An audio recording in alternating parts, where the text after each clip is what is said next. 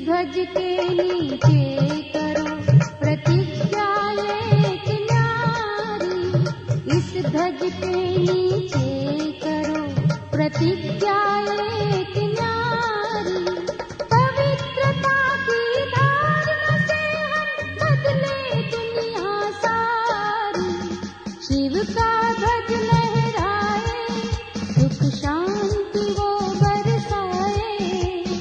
अंबर से यूं फूल बरसे वसुंधरा सजाए, शिव का ध्वज लहराए।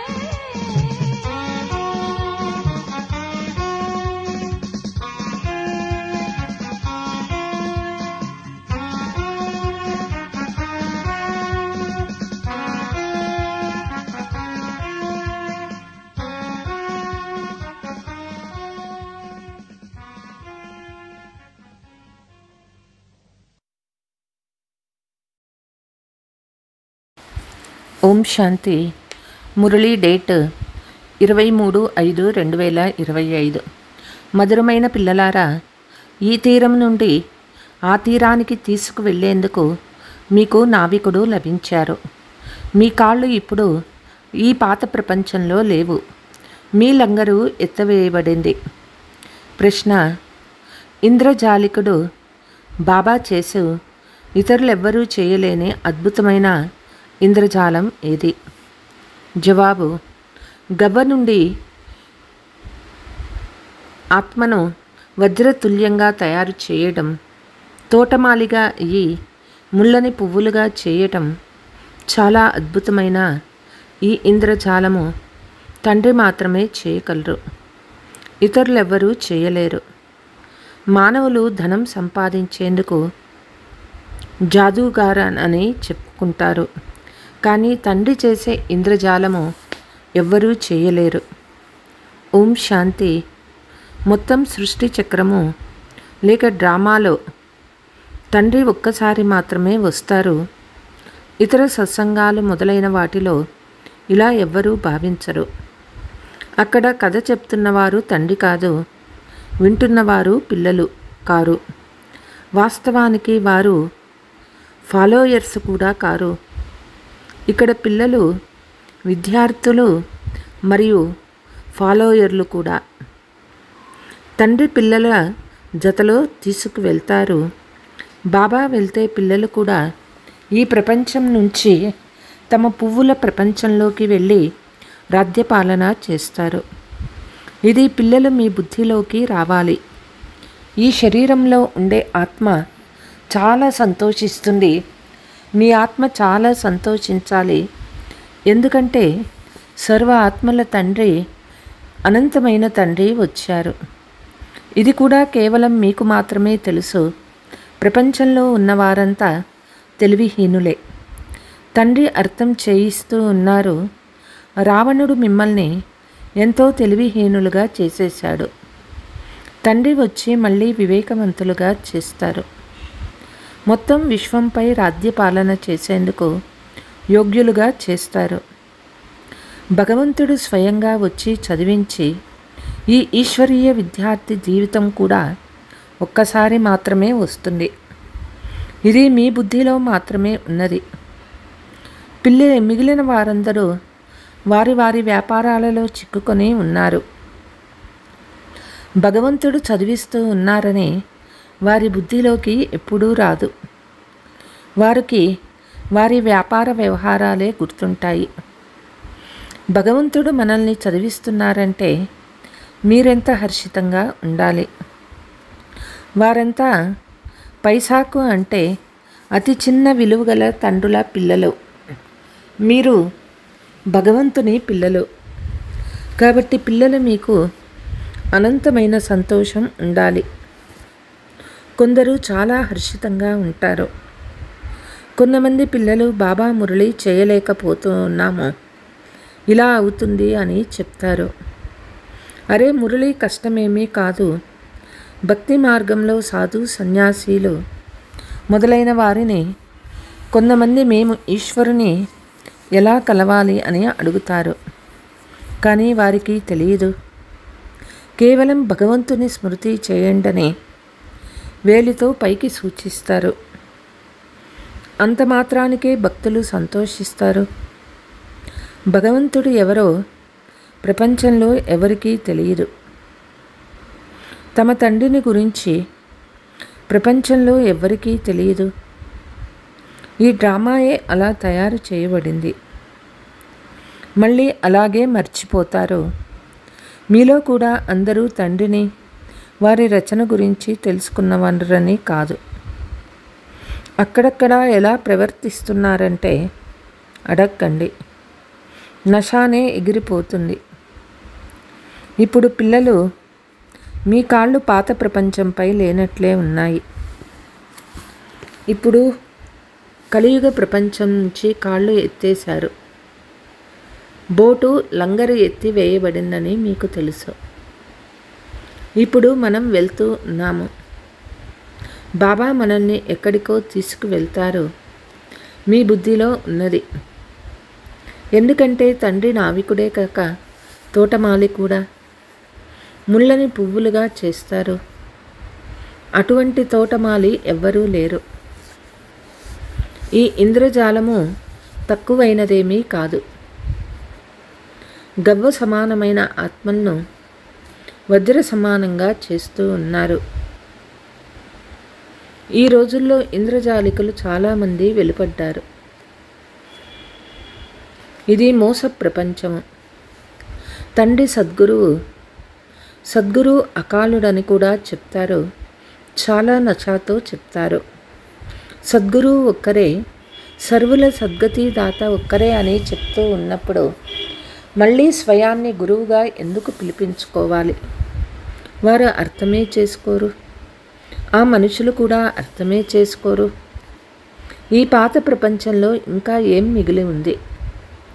తండ్రి కొత్త ఇల్లు నిర్మిస్తున్నారని పిల్లలకు తెలిసినప్పుడు ఆ కొత్త ఇంటిని తిరస్కరిస్తూ పాత ఇంటిని ప్రేమించే వారెవరుంటారు? బుద్ధిలో కొత్త ఇల్లే గుర్తుకొస్తూ ఉంటుంది కదా. మీరు బేహద్దు తండ్రికి పిల్లలుగా అయ్యారు కాబట్టి తండ్రి మీ కొరకు కొత్త ప్రపంచాన్ని స్థాపిస్తున్నారని మీలో బుద్ధిలో సదా స్మృతి ఉండాలి. మనం ఆ కొత్త ప్రపంచంలోకి వెళ్తాము. కొత్త ప్రపంచానికి అనేక పేర్లు ఉన్నాయి. సతీగము, హెవెన్, ప్యారడైజు, వైకుంఠము మొదలైనవి. మీ బుద్ధి ఇప్పుడు పాత ప్రపంచం నుండి తొలగిపోయింది. ఎందుకంటే పాత ప్రపంచంలో దుఃఖమే దుఃఖమున్నది. దీని పేరే నరకము, ముళ్ళ అడవి, రౌరవ నరకము, కంసపురి. వీటి అర్థాలు కూడా ఎవరికీ తెలియదు. రాతి బుద్ధి గలవారు కదా. భారతదేశ పరిస్థితి ఎలా ఉందో చూడండి. తండ్రి చెప్తూ ఉన్నారు, ఈ సమయంలో అందరూ రాతి బుద్ధి కలవారే. సత్యయుగంలో అందరూ బంగారు బుద్ధి కలిగి ఉంటారు. యథా రాజా రాణి తథా ప్రజ. ఇక్కడ ప్రజలపై ప్రజాస్వామ్యం రాజ్యం ఉండేది కనుకే అందరి స్టాంపులు తయారు చేస్తూ ఉంటారు. బాబా శ్రేష్టాతి శ్రేష్టమైన పిల్లలైన మీ బుద్ధిలో ఉండాలి. సెకండ్ నెంబర్లో వారెవరు? బ్రహ్మ, విష్ణు, శంకర్ల గొప్పతనం ఏమీ లేదు. శంకరుని దుస్తులు మొదలైనవి ఎలా చూపించారు? వారు బంగు తాగుతారు, ఉమ్మెత్త పూలను తింటారు అని అంటారు. ఇది అవమానించటం కదా. నిజానికి ఈ విషయాలేమీ జరగవు. వీరు తమ ధర్మాన్నే మర్చిపోయారు. తమ దేవతల గురించి కూడా ఏవేవో చెప్తూ ఉంటారు, ఎంతో అగౌరవపరుస్తూ ఉంటారు. అందుకే బాబా చెప్తూ ఉన్నారు, నన్ను కూడా అగౌరవపరిచినారు, శంకరుణ్ణి, బ్రహ్మను కూడా అగౌరవపరిచారు, విష్ణువుని అగౌరవించరు. వాస్తవానికి వారిని కూడా గుప్తంగా నిందించినారు. ఎందుకంటే విష్ణువు రాధాకృష్ణులు, కృష్ణులు చిన్నవాళ్ళను కంటే మహాత్ముల కంటే శ్రేష్టమైన వాడని మహిమ చేయబడతారు. ఈ బ్రహ్మ గురించి అతనికి ఏమీ తెలియదు. కావున సర్వశ్రేష్ఠులు శివబాబా ప్రజాపిత బ్రహ్మను ఎక్కడ చూపించాలో కూడా పాపం వాళ్ళకి తెలియదు. ప్రజాపిత బ్రహ్మను శరీరధారిగా మందిరం ఉంది. బ్రహ్మకు గడ్డము మీసాలు చూపిస్తారు, శంకరునికి విష్ణువుకి చూపించరు. మరి ఇది అర్థం చేసుకునే విషయం కదా. ప్రజాపిత బ్రహ్మ సూక్ష్మవతనంలో ఎలా ఉంటాడో అతను ఇక్కడే ఉండాలి. ఈ సమయంలో బ్రహ్మకు ఎంతమంది సంతానం ఉన్నారు? ప్రజాపిత బ్రహ్మ కుమార కుమారీలు అనేక మంది ఉన్నారని వ్రాసి ఉన్నారంటే తప్పకుండా ప్రజాపిత బ్రహ్మ ఇక్కడే ఉంటాడు. చైతన్యంగా ఉన్నారంటే ఏదైనా తప్పకుండా చేస్తూనే ఉంటాడు. ప్రజాపిత బ్రహ్మ కేవలం పిల్లల్నే రచిస్తాడా లేక ఇంకేమైనా రచిస్తారా? భలే ఆదిదేవుడు బ్రహ్మ, ఆదిదేవి సరస్వతి అని అంటారు. కానీ వారి పాత్రల గురించి ఎవ్వరికీ తెలియదు. రచయిత అయితే తప్పకుండా ఇక్కడే ఉండి వెళ్ళి ఉంటాడు. బ్రాహ్మణులను శివబాబా తప్పకుండా దత్తత తీసుకొని ఉంటారు. లేకుంటే బ్రహ్మ ఎక్కడ నుండి వస్తారు? ఇవన్నీ కొత్త విషయాలు. తండ్రి వచ్చేంత వరకు ఈ విషయాలు ఎవ్వరికీ తెలియదు. ఎవరికి ఏ పాత్ర ఉంటే దానిని అభినయిస్తారు. బుద్ధుడు ఏ పాత్రను చేశారు, ఎప్పుడు వచ్చాడు, వచ్చి ఏం చేశారు ఎవరికీ తెలియదు. ఇప్పుడు అతను తండ్రి, శిక్షకుడు, గురువు కాదని మీకు తెలుసు. సద్గతినైతే ఇవ్వలేదు. అతడు కేవలం తన ధర్మ రచయిత. అతను గురువు కాదు. తండ్రి పిల్లలను రచిస్తారు, తర్వాత చదివిస్తారు. తండ్రి, శిక్షకుడు మరియు గురువు ముగ్గురు ఉన్నారు. మీరు చదివించండి అని ఎవ్వరికీ చెప్పరు. ఇంకెవ్వరి వద్ద ఈ జ్ఞానము లేనే లేదు. బేహద్దు తండ్రి ఒక్కరే మాత్రమే జ్ఞానసాగర్లు. కాబట్టి తప్పకుండా జ్ఞానాన్ని వినిపిస్తారు. తండ్రే స్వర్గరాజ్య భాగ్యాన్ని ఇచ్చారు, ఇప్పుడు మళ్ళీ ఇస్తారు.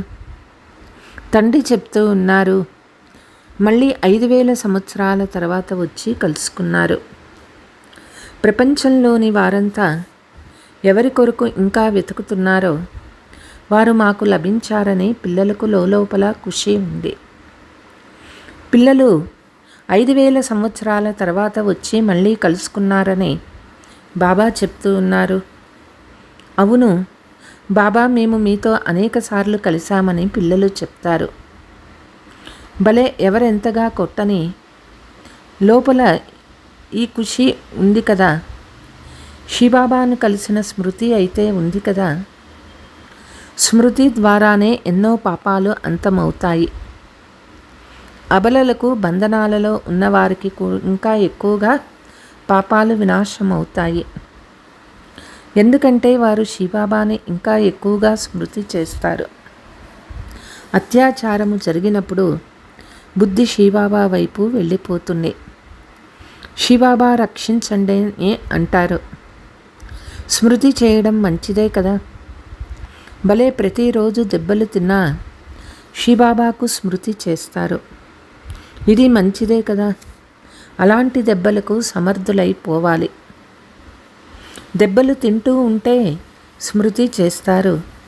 నోటిలో గంగా జలముండి గంగా తీరంలో ప్రాణం వెళ్ళిపోవాలని అంటారు. మీ శరీరాన్ని ఎప్పుడైనా కొట్టినప్పుడు బుద్ధిలో అల్ఫ్ మరియు వారసత్వమే గుర్తుండాలి. బాబా అని అంటూనే వారసత్వం తప్పకుండా గుర్తుకొస్తుంది. బాబా అని అంటేనే వారసత్వం గుర్తుకు రాని వారు ఎవరు ఉండరు. తండ్రితో పాటు ఆస్తి తప్పకుండా గుర్తొస్తుంది. మీకు కూడా శివబాబాతో పాటు వారసత్వం తప్పకుండా గుర్తుకొస్తుంది. వారు విషం కొరకు మిమ్మల్ని కొట్టి శివబాబా స్మృతి ఇప్పిస్తారు. మీరు తండ్రి నుండి వారసత్వాన్ని పొందుతారు. పాపాలు నశిస్తాయి. ఇది కూడా డ్రామాలో మీ కొరకు జరుగుతున్న గుప్త కళ్యాణము. యుద్ధము కళ్యాణకారి అని చెప్పబడుతున్నట్లే ఈ దెబ్బలు కూడా మంచివే కదా. ఈ రోజుల్లో పిల్లలకు మేళాలు మరియు ప్రదర్శనీల సర్వీస్ చాలా ఉంది. నవనిర్మాణ ప్రదర్శని అని వ్రాయడంతో పాటు స్వర్గానికి ద్వారము అని కూడా వ్రాయండి. 2 వాక్యాలు ఉండాలి.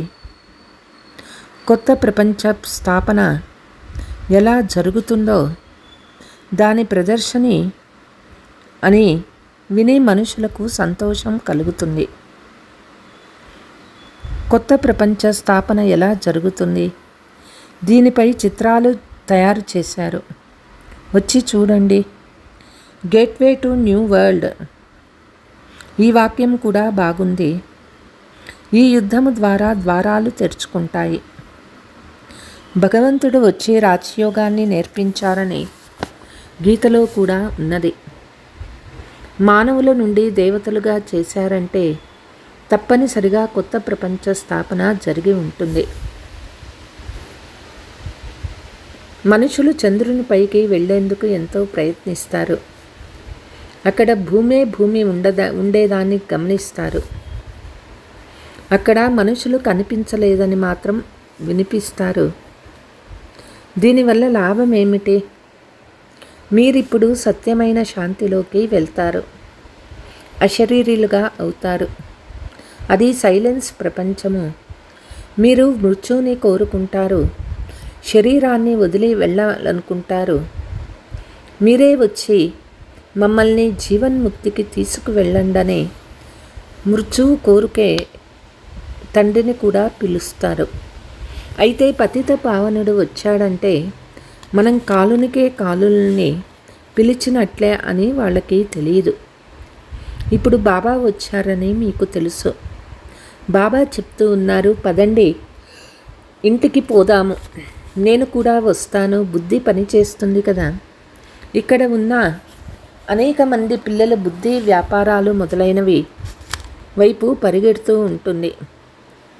ఫలానా వారు వ్యాధితో బాధపడుతూ ఉన్నారు, ఎలా ఉన్నారో, ఏమి జరుగుతుందో అన్నీ అనేక ప్రకారాల సంకల్పాలు వస్తూ ఉంటాయి. తండ్రి చెప్తూ ఉన్నారు, ఇప్పుడు మీరు కూర్చున్నప్పుడు బుద్ధి తండ్రి మరియు వారసత్వం వైపే ఉండాలి.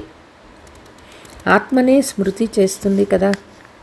ఎవరి కుమారుడైనా లండన్లో ఉన్నాడనుకోండి, అతను వ్యాధితో వ్యాధి పడుతున్నారనుకోండి, సమాచారం వస్తే బుద్ధి అక్కడికే వెళ్తుంది కదా. తర్వాత జ్ఞానం బుద్ధిలో కూర్చోదు.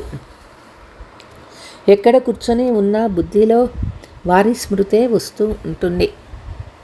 ఎవరి పతి అయినా వ్యాధిగ్రస్తుడైతే పత్ని మనస్సు అలజడి అవుతూ ఉంటుంది, బుద్ధి అటువైపే పోతుంది కదా. మీరు కూడా ఇక్కడ అన్ని పనులు చేస్తూ శివబాబా స్మృతి చేస్తూ ఉండండి. ఇంత మాత్రం చేసిన అహో సౌభాగ్యము. వారు ఎలా పతి అనేది చెప్తూ ఉన్నారు. మీరు ఒక్క నిమిషం కూడా వ్యర్థం చేయరాదు. తండ్రిని ఎంతగా స్మృతి చేస్తారో అంత సర్వీస్ చేయనప్పుడు తండ్రి గుర్తుకొస్తారు. నా భక్తులకు కూడా అర్థం చేయించండి అని తండ్రి చెప్తూ ఉన్నారు. ఇది ఎవరు చెప్తూ ఉన్నారు? శివబాబా కృష్ణుని భక్తులకి ఏమీ తెలియచేస్తారు. కృష్ణుడు కొత్త ప్రపంచ స్థాపన చేస్తున్నారని చెప్తే ఒప్పుకుంటారా? రచయిత పరంపిత పరమాత్మయే కానీ కృష్ణుడు కాదు. పరమాత్మయే పాత ప్రపంచాన్ని కొత్తదిగా చేస్తూ ఉన్నారని అంగీకరిస్తారు కూడా. కొత్తది పాతదిగా, పాతది కొత్తదిగా అవుతుంది. కానీ సమయం ఎక్కువ చెప్పినందున మనుషులు గాఢ అంధకారంలో ఉన్నారు. ఇప్పుడు మీ అరచేతిలో వైకుంఠం ఉంది. తండ్రి చెప్తూ ఉన్నారు, మిమ్మల్ని స్వర్గాది రాజులుగా చేసేందుకు బాబా వచ్చారు. అవుతారా? ఎందుకు అవ్వము బాబా అని పిల్లలు అంటారు. మంచిది, నన్ను స్మృతి చేయండి, పవిత్రంగా అవ్వండి. పాపాలు స్మృతి ద్వారానే భస్మం అవుతాయి. వికర్మల భారము ఆత్మపై చాలా ఉన్నది, శరీరంపై కాదు. ఒకవేళ శరీరంపై పాపభారము ఉంటే శరీరాన్ని కాల్చడం పాపం కూడా కాలిపోయేది. ఆత్మ అవినాశి, దానిలో కేవలం మలినాలు చేరుతాయి. దాన్ని తొలగించేందుకు తండ్రి ఒకే యుక్తి చెప్తూ ఉన్నారు. నన్ను స్మృతి చేయండి, పతీత్ నుండి పావనంగా అయ్యేందుకు. ఎంత మంచి యుక్తి! మందిరాలను నిర్మించేవారు, శివుణ్ణి పూజ చేసేవారు కూడా భక్తులే కదా. పూజారుల్ని ఎవ్వరూ పూజ్యులని అనరు. అచ్చా, मीठे मीठे सिकीलते बच्चों प्रति मात पिता बाप दादा का याद प्यार और गुड मॉर्निंग. रूहानी बाप की रूहानी बच्चों को नमस्ते. हम रूहानी बच्चों की रूहानी मात पिता बाप दादा को याद प्यार गुड मॉर्निंग नमस्ते नमस्ते. ధారణ: ప్రపంచమంతా ఎవరి కోసం వెతుకుతూ ఉందో ఆ బాబా నాకు లభించారు. ఈ సంతోషంలో ఉండాలి. స్మృతి ద్వారానే పాపాలు వినాశమవుతాయి. కాబట్టి ఎటువంటి పరిస్థితిలో అయినా తండ్రి వారసత్వాన్ని స్మృతి చేయాలి. ఒక్క నిమిషం కూడా మీ సమయాన్ని వ్యర్థం చేయరాదు. ఈ పాత ప్రపంచం నుండి బుద్ధి అనే లంగర్ను ఎత్తివేయాలి. బాబా మన కొరకు కొత్త ఇంటిని నిర్మిస్తూ ఉన్నారు. ఇది రౌరవ నరకము. కంసపురి నుండి మనము వైకుంఠానికి వెళ్తున్నాము. సదా ఈ స్మృతిలో ఉండాలి. వరదానము: విహంగ మార్గ సేవ ద్వారా విశ్వ పరివర్తన కార్యాన్ని సంపన్నం చేసే సత్యమైన సేవాధారి భవ. విహంగ మార్గ సేవ చేసేందుకు సంఘటిత రూపంలో జ్ఞానము మరియు యోగము, ఈ రెండిటి బ్యాలెన్స్ అవసరము. ఎలాగైతే జ్ఞానము ద్వారా ఒకే సమయంలో అనేక మంది ఆత్మలకు సందేశం ఇచ్చే కార్యం చేస్తారో, అలాగే రూప్ అంటే యోగ బలం ద్వారా, శ్రేష్ఠ సంకల్పాల బలం ద్వారా విహంగ మార్గ సేవ చేయండి. ఇందుకు అన్వేషణ కనుగొనండి. దీనితో పాటు సంఘటిత రూపంలో దృఢ సంకల్పం ద్వారా పాత సంస్కారాల స్వభావాలను మరియు పాత నడవడిక అంటే నువ్వులు మరియు యవ్వనులు యజ్ఞంలో స్వాహా చేయండి. అప్పుడు విశ్వ పరివర్తన కార్యము సంపన్నమవుతుంది లేక యజ్ఞం సమాప్తమవుతుంది. స్లోగన్: బాలక్ తనము మరియు మాలిక్ తనము బ్యాలెన్స్ ద్వారా ప్లాన్ని ప్రాక్టికల్లోకి తీసుకురండి. అవ్యక్త సూచన: ఆత్మీక రాయల్టీ మరియు పవిత్రతా పర్సనాలిటీ ధారణ చేయండి. ఈశ్వరీయ సేవలో అత్యంత గొప్ప పుణ్యము పవిత్రత యొక్క దానము ఇవ్వడం. పవిత్రంగా తయారయ్యి మరియు తయారు చేయడమే పుణ్యాత్మగా అవ్వడం.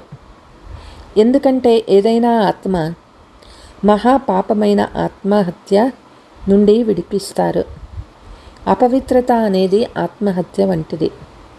పవిత్రత ప్రాణదానం వంటిది. ఎవరి దుఃఖంనైనా తీసుకొని సుఖం ఇవ్వడమే అన్నిటికంటే పెద్ద పుణ్యకార్యము. ఇలా పుణ్యం చేస్తూ చేస్తూ పుణ్యాత్ములుగా అవుతారు. అచ్చా. ఓం శాంతి.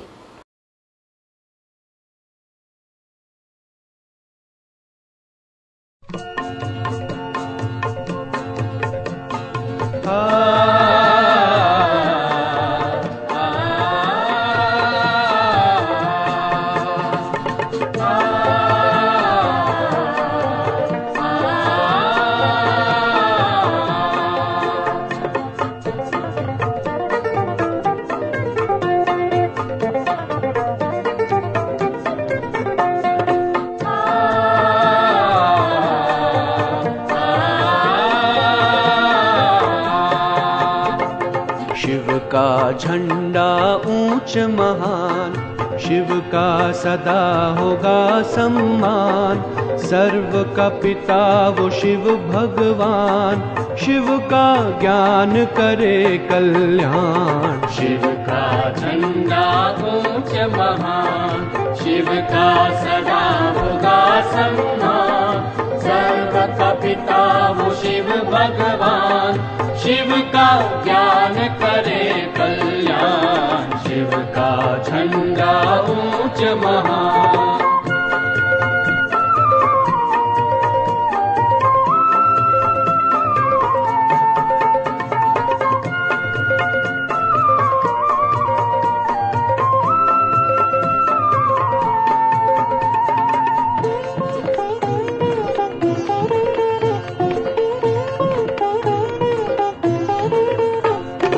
सब झंडों को एक करे जो, वो यह झंडा न्यारा है। इस पर निशान ज्योति बिंदु का, जो सबका सहारा है। सब झंडों को एक करे जो, वो ये झंडा न्यारा है। इस पर निशान ज्योति बिंदु का, जो सबका सहारा है। सब करते हैं उसका ध्यान, शिव का सदा होगा सम्मान। सर्व का पिता वो शिव भगवान, शिव का ज्ञान करे कल्याण, शिव का झंडा ऊंच महान।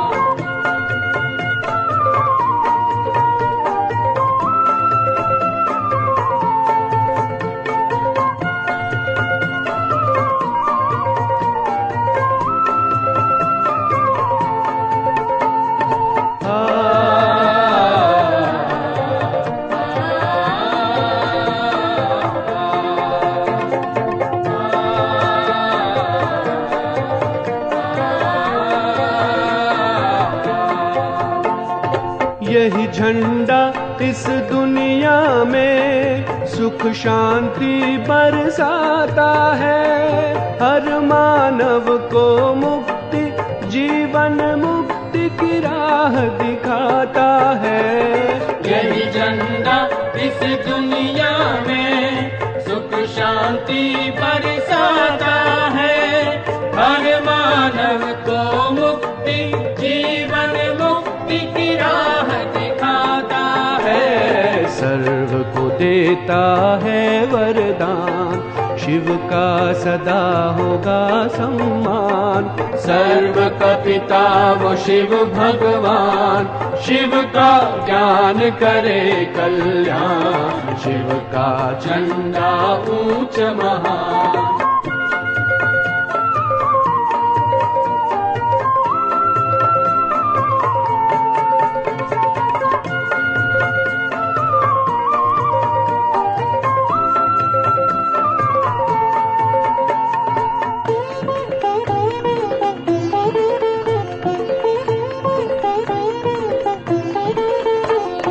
जगती ज्योति परम पिता शिव सबकी ज्योति जगाता है, करता है प्रकाश विश्व में सब अंधियारे मिटाता है। जगती ज्योति परम पिता शिव सबकी ज्योति जगाता है, करता है प्रकाश विश्व में सब अंधियारे मिटाता है। पावन करता उनका ज्ञान, शिव का सदा होगा सम्मान। सर्व का पिता वो शिव भगवान, शिव का ज्ञान करे कल्याण, शिव का झंडा ऊंच महान, शिव का सदा होगा सम्मान। सर्व का पिता वो शिव भगवान, शिव का ज्ञान करे कल्याण, शिव का झंडा ऊंच महान।